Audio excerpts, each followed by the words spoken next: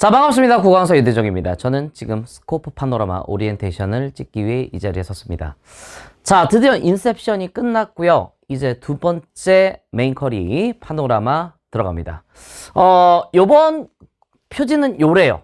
절대 뭐 표지 자랑을 하려는 게 맞고요. 굉장히 예쁘게 잘 나왔죠. 근데 이제 표지만 예쁜 게 아니라 안에 내용물도 엄청나게 알찹니다. 여러분 잘 아시겠지만, 인셉션을 보신 분들은 아시겠지만 굉장히 지문 뚫기, 이 지문들을 어떻게 낱낱이 살펴가는 포인트가 굉장히 강력하죠, 제 책이. 그래서 굉장히 자신있게 여러분한테 권해드릴 수 있는 그런 어떤 강좌가 또한 인셉션 후속 강좌 파노라마입니다. 보시면 제가 이 표지를 갖고 온 이유가 이 전경이라고요. 파노라마가 기출의 전경을 보여주겠다. 어떤 지문을 봤을 때 낱낱이 살피게 해주겠다, 이런 의미라고 생각하시면 돼요. 그리고 이 파노라마는 이런 뜻도 있어요. 그러니까 우리 철학 공부를 할 때도 마찬가지였는데, 사실은 모든 사람을 다 할 필요는 없어요. 기출도 똑같아요. 모든 전 개념의 모든 걸 다 할 필요는 없습니다. 그 대신 대표값들, 가장 높은 봉우리에 있는 이런 대표값들을 바탕으로 해서 전체 산의 지형을 볼 수가 있어요. 사실은 철학도 그렇거든요. 뭐 플라톤, 데카르트, 뭐 휴մ, 칸트, 그 후속, 이런 식으로 하면서 전체 지형도를 살피듯이 우리 수능 기출들도 요렇게 그런 주요한 대표값들을 통해서 기출의 전경을 보여주겠다라는 게 이 강좌의 메인 의도입니다. 알겠죠? 자, 근데 스코프 파노라마예요. 스코프는 뭐냐면 범위입니다. 우리 이거 총싸움 할 때, 총싸움이래. 어쨌든 뭐 서든 어택이나 이런 총싸움 할 때 뭐가 있어요? 이 스코프, 그죠? 이 구경을 가지고 보잖아요. 이렇게 봐서 이제 이렇게 범위가 잡힙니다. 즉, 여러분 그 저랑 인셉션 때 배웠던 건 초영역이에요. 슈퍼 혹은 트랜스젠탈이라고도 얘기하는데, 영역을 초월한 것입니다.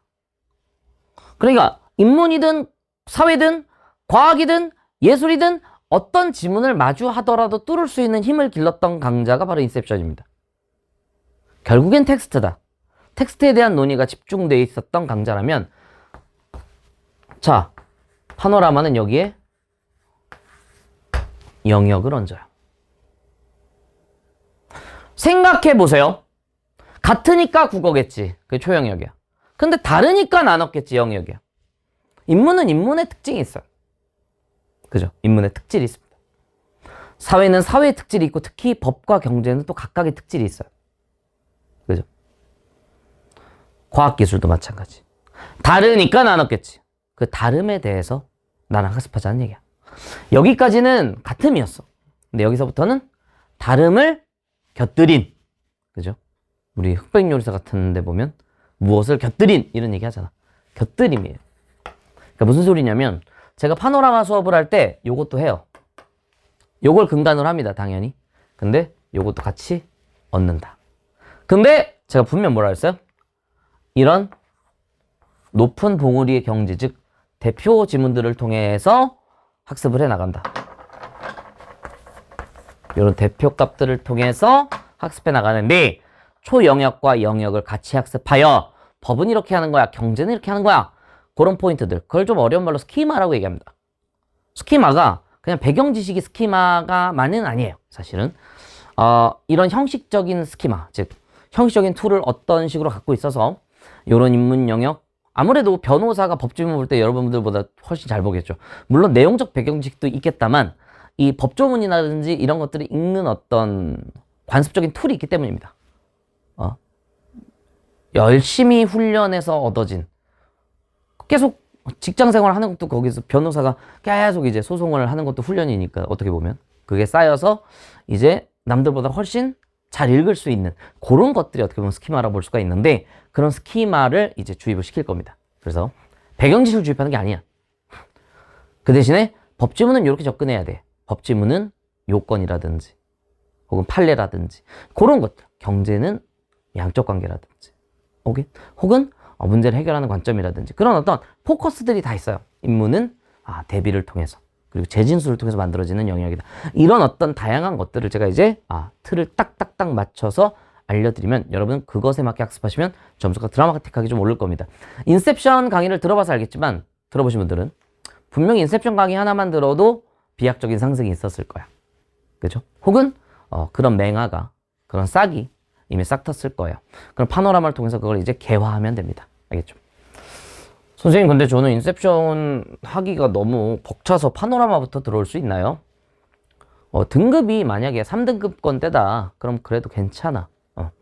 그리고 압축적으로 뭔가 학습을 짧은 기간 내에 할 수 있다는 최고의 장점을 가지고 있고 초영역과 영역을 동시에 다룬다는 점에서 제 강의 장점이 강의가 길지 않아요. 길지 않음에도 모든 걸 다 얻어갈 수 있는 강좌긴 해요. 그래서 괜찮아. 전 추천할 수 있어요. 근데 내가 좀 시간이 넉넉하고 노베이스에 가깝다. 시간이 넉넉하고 노베이스에 가깝다. 그렇다면 인셉션부터 하는 게 괜찮겠죠. 그죠? 인셉션은 문학 개념어도 있고 그 다음에 기초 독해도 있으니까. 알겠죠? 그리고 더 노베이스다. 그럼 국지독부터 시작하는 걸 추천드립니다. 알겠죠? 자, 그러니까 정리하자면 내가 좀 3등급 권역이고 그리고 압축적으로 좀 끝내고 싶은 학생들 뭐 하나도 뭘 접하진 않았지만 유대중이 좋다는 얘기를 듣고 온 학생들 그죠? 해도 괜찮아. 근데 조금 노베이스다. 그러면 그 이하다 라고 한다면 인셉션부터 시작하는 걸 좀 추천드리고 더 그 이하다.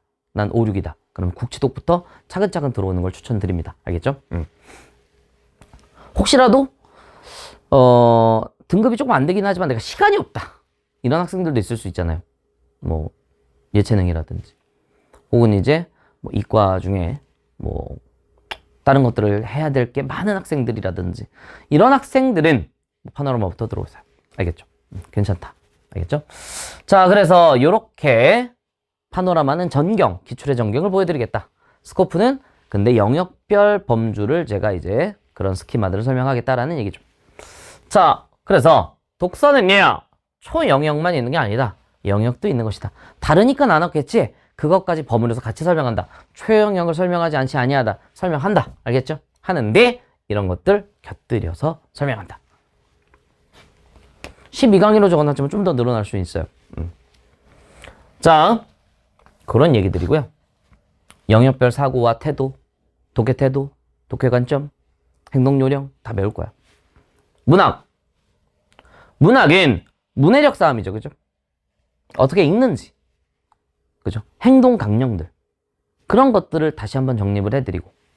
그리고 선지 판단. 굉장히 강력한 툴을 가지고 있습니다. 제가. 그래서 어떤 상황에도 무너지지 않을. 뭐 시험장에서 안 헷갈리겠어요? 시험장에서 헷갈릴 수 있지. 헷갈리더라도 정답이야. 솔직하게 얘기할게. 그 헷갈림을 완벽하게 해소할 수는 없을 수 있어.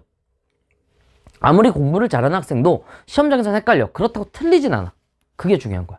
왜냐면 그 헷갈림 속에서도 확연한 답이 있거든. 그 확연한 답을 찾는 법이 선지 판단력이야. 이게 압도적입니다. 제가 또. 그래서 여러분들 문학은 읽는 게 다가 아니에요. 읽는 것도 중요한데 그만큼 판단하는 게 중요해요. 거의 5대5에 가까워요. 그래서 이런 것들을 같이 학습을 하고 적용하는 시간이 될 겁니다. 이것 또한 영역별로 학습. 오케이? 영역별 조금씩 달라요. 사실 고전 소설을 우리 영어로 로망스라고 얘기하고요. 현대 소설은 노블이라고 얘기합니다.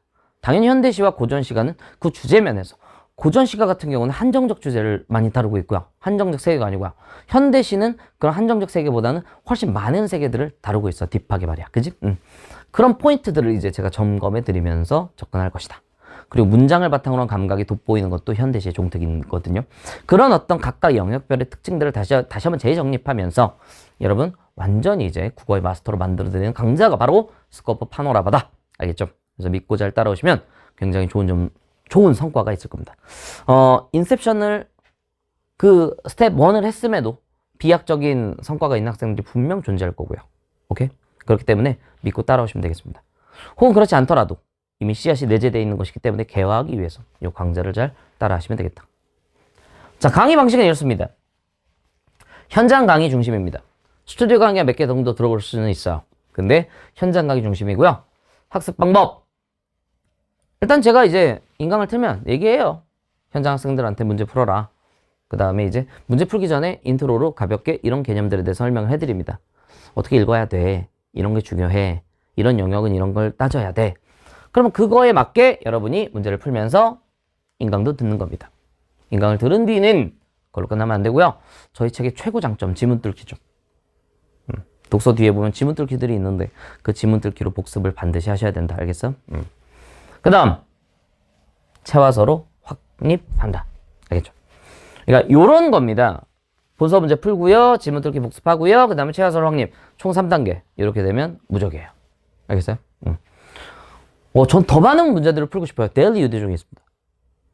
엄청나게 많이들 지금 해요. 매일마다 학습할 수 있게. 주차별로 돼 있어서 학습하기도 편합니다. 근데 지금은 여러분들 제가 지금 파노라마 관련 강좌를 얘기하고 있기 때문에 파노라마 인강 듣고 그 다음에 지문 뚫기 복습하고 그 다음에 채화서 등으로 확립하면 지금 여러분이 원하는 소기의 목적을 달성할 수 있을 겁니다. 자, 추천 등급은 등급 무관이에요. 그죠?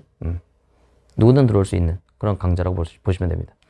다루고자 하는 건 텍스트에 대한 접근법 뿐만 아니라 영역별로 어떻게 다가갈 것인가. 다르니까 나눴겠지.